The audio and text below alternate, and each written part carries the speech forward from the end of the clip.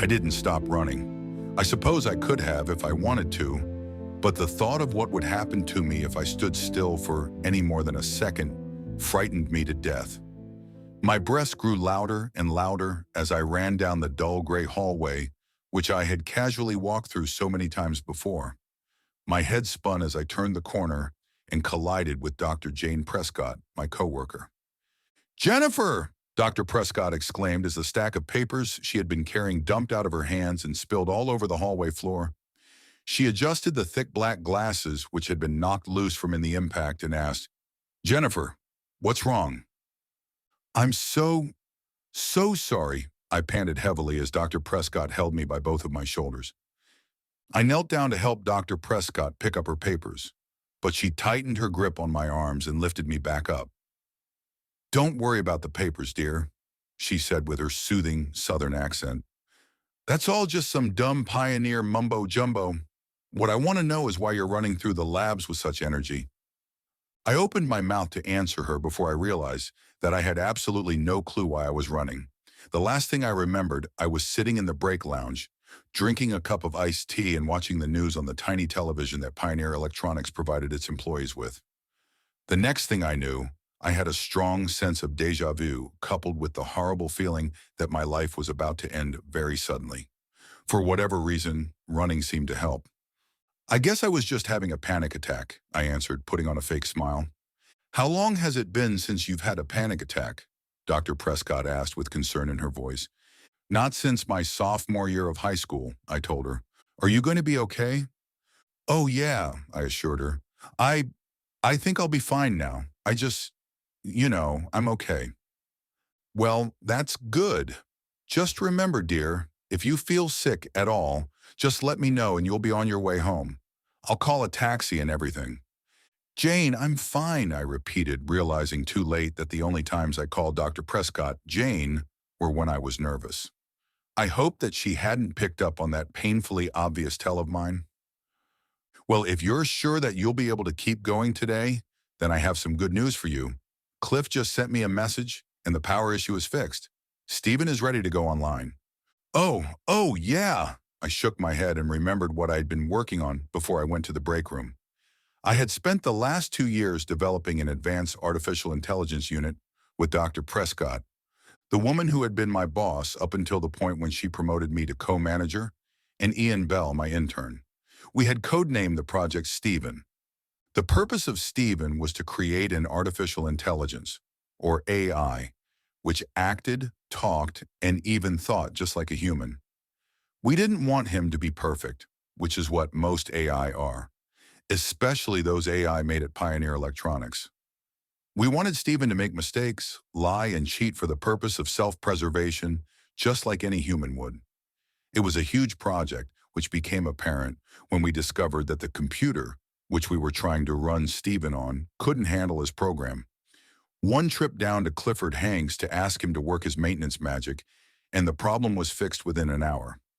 Wow, an hour? I thought, checking my watch. Is that really all it's been? It feels like I went down to him yesterday. "Well, are you going to go or what, dear?" Dr. Prescott interrogated me. Yeah, of course." I grinned, turning my attention back to the situation at hand. "Why don't you go and find Ian, and you two can sit in the observation room while I boot up Stephen." "You bet, dear," she said. As I bent back down to pick up the papers again, she shooed me away.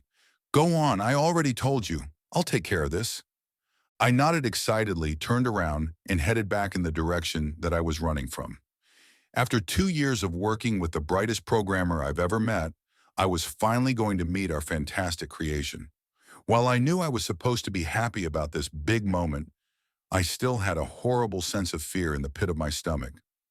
I turned and entered the door to the tiny lab, which had been left wide open. I walked over to the computer to the right of the door and turned on the enormous monitor. As I waited for it to boot up, I wandered over to the opposite side of the lab and looked through the window to the observation room. Dr. Prescott and Ian were just getting settled in. I flashed them an enthusiastic thumbs up before grabbing the rolling chair, which had somehow wound up on the same side of the lab as the window to the observation room, and guiding it back to the computer monitor. I sat down on the blue cushion and rolled as close to the keyboard as I could get without breaking my ribs before finally flipping the switch on the Pioneer memory box. The monitor went dark for a moment, but after about 5 seconds, a bright blue light lit up the entire lab. I waited with bated breath for a face to form in the light, but unfortunately, it didn't come. "Dr. Lane, we don't think it's working," Ian's shaky voice whispered in my ear, making me jump. I had forgotten that I was wearing an earpiece. "I know," I said, disappointed. "Ian and I are going to go and—" Dr. Prescott started to say, but she was interrupted by a low hum emanating from the computer's speakers. "Hello?" I asked, feeling a little silly that I was talking to what could still be an inanimate object. To my delight, the hum rose to form the slow but audible word, "Hello." "Stephen?" Yes, this is Stephen. Can you hear me, Jennifer?" "You keep slowing down every now and then, but yeah, I can hear you." "How did you know my name?" Stephen's smooth, calm voice asked me. "I was about to ask you the same question," I commented with the same tone of voice. My excitement of hearing Stephen's voice was hampered the moment I heard him say my name. I had not programmed him to know my name, and my name hadn't been spoken since I started him up. At least not into any microphone that Stephen could hear through. And according to the first rule of Pioneer Artificial Intelligence Units, as soon as any AI becomes too self-conscious, it needs to be deleted. A self-conscious AI could cause serious damage to a company. Then Stephen said something that reinforced my thoughts. "I know your name because I programmed you, but there's no reason for you to know my name." "Actually, Stephen, I programmed you," I corrected him. "No, that's not possible," Stephen said as his voice dipped down again. "I've spent years working on you. There's no chance that I was just created." "I actually gave you all of your memories," I explained. "You remember when you were 3 and you fell off of a lawn chair and got that scar on your cheek? I programmed you to think that." Stephen didn't answer for a while, but when he finally did, he said, "Jennifer, I'll be right back." As he said this, the blue computer monitor dimmed a little bit. "Jennifer?" Ian broke the silence. "Could you come back here, please?" "Yeah," I said without turning my head. I stood up and exited the lab. I opened the first door on the right side of the hallway to find Dr. Prescott and Ian sitting on 2 of the 4 chairs in the observation room. "Dr. Lane, we need to talk about what just happened," Ian said calmly as Dr. Prescott gestured for me to sit in a chair next to them. "What was that, dear?" Dr. Prescott asked as I perched myself gingerly on the orange plastic chair across from her. "I honestly don't know," I responded. "I wanted Stephen to think like a human, not think he was one." "And he thinks he programmed you," Ian added. "You didn't do that, did you?" "No, I didn't. I gave him all of his memories, but I'm sure there was no memory of programming me." Dr. Prescott spoke up. "We have quite the dilemma here, don't we?" "What do you mean?" Ian asked. "Well, think about it, dear. Stephen thinks he's a human. We think we're humans. Stephen thinks he programmed us. We think we programmed him. In fact, right now, Stephen's probably having this same conversation with some of his coworkers." "I didn't program any personalities except for Stephen," I said. "But you gave him memories of friends, a job, and a family, didn't you? And you made it so that he would continue to make his own artificial memories after creation, so he wouldn't even know that his real life just started a couple of minutes ago. You did that, didn't you?" "Yeah, I guess I did." I grabbed the corners of my pale white lab coat and began flapping them nervously. "What are you getting at here, Jane? Think philosophically, dears." Dr. Prescott stood up and approached the large window, which covered a majority of the wall to the right of the entrance. The blue computer screen flickered, as if it knew we were watching it. "Could someone please spell it out for me?" Ian asked, breaking the silent tension which had just filled the room. Dr. Prescott turned back towards us and pushed her thick glasses up her aged nose. "All I'm saying is that it's possible that we don't exist." "Okay, that doesn't make any sense," I scoffed, standing up. "I exist, okay?" "If I didn't exist, how could I be thinking right now?" Ian asked, nearly knocking over his orange chair as he stood up as well. "It's just a thought," Dr. Prescott said defensively. She sat back down, and Ian and I automatically lowered ourselves into our seats too. I closed my eyes and basked in the silence. What is going on, I wondered. How is it possible that I don't exist? Although Dr. Prescott usually knows what she's talking about. But still, I know that I'm real. What did that guy with the girly name say? I think, therefore I am. Just knowing that I can question my existence ensures that I exist, right? All right, let me talk to him again, I sighed, feeling a little bad for upsetting Dr. Prescott. I'll see what I think. If I can't figure out what's going on here, I'll have no choice but to bring him offline. Dr. Prescott and Ian nodded simultaneously in understanding before I stood up and exited the observation room. As I entered the lab, the blue computer monitor grew brighter. Jennifer? Stephen's voice called from the screen. I sat down in the chair and noticed the faint outline of a man sitting in the blue light. I'm here, Stephen, I said. Can we talk a little more? Funny, I was about to ask you the same question. Do you have any family? I asked, remembering the family that I had programmed for him. I have a wife, Stephen replied. Her name is Melinda. What about kids? 2. They're both girls. What are their names? Madison is the older one. She's 13. Lillian's 8. Would you like to see pictures of them? I'd love to, I smiled. The more we talked, the more apparent Stephen's silhouette on the screen became.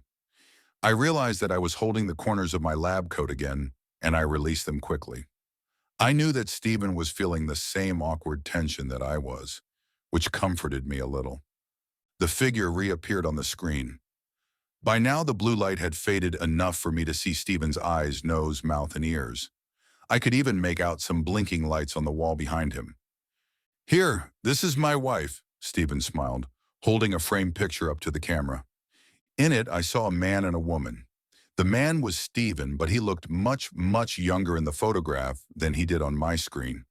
The woman next to him, Melinda, had long, wavy brunette hair, a pair of big eyes, and a smile that stretched from ear to ear. I remembered creating that picture. And these are my children, he said, taking the picture of his wife away from the screen and instead holding up one of 2 girls sitting in a pumpkin patch. Maddie and Lil mean the world to me, he added quietly. They're beautiful, I told him, wiping a tear from my eye. Are you married, Jennifer? Yeah, I just got married, I said, a year ago today. What's his name? Jeff Lane. Do you have any pictures? I already had the picture of Jeff in my hand. Holding it up to the screen, I noticed Stephen's hazel eyes light up as he saw my husband's picture. It didn't take a genius to know that he had seen it before. I took the frame away from the camera and set it back down below the monitor. Stephen and I spent an hour talking about our families, friends, and jobs. Neither one of us mentioned AI again. It was like talking to a real human. Well, mission accomplished, I thought as I walked home that night. I wanted an AI that would think just like a human, and I got one. The next day at work, I found Ian before I found Dr. Prescott. I was glad that I got a chance to talk to him because he had left the day before without talking to me. Ian, I said, grabbing his shoulder as he passed by me, could I have a word with you?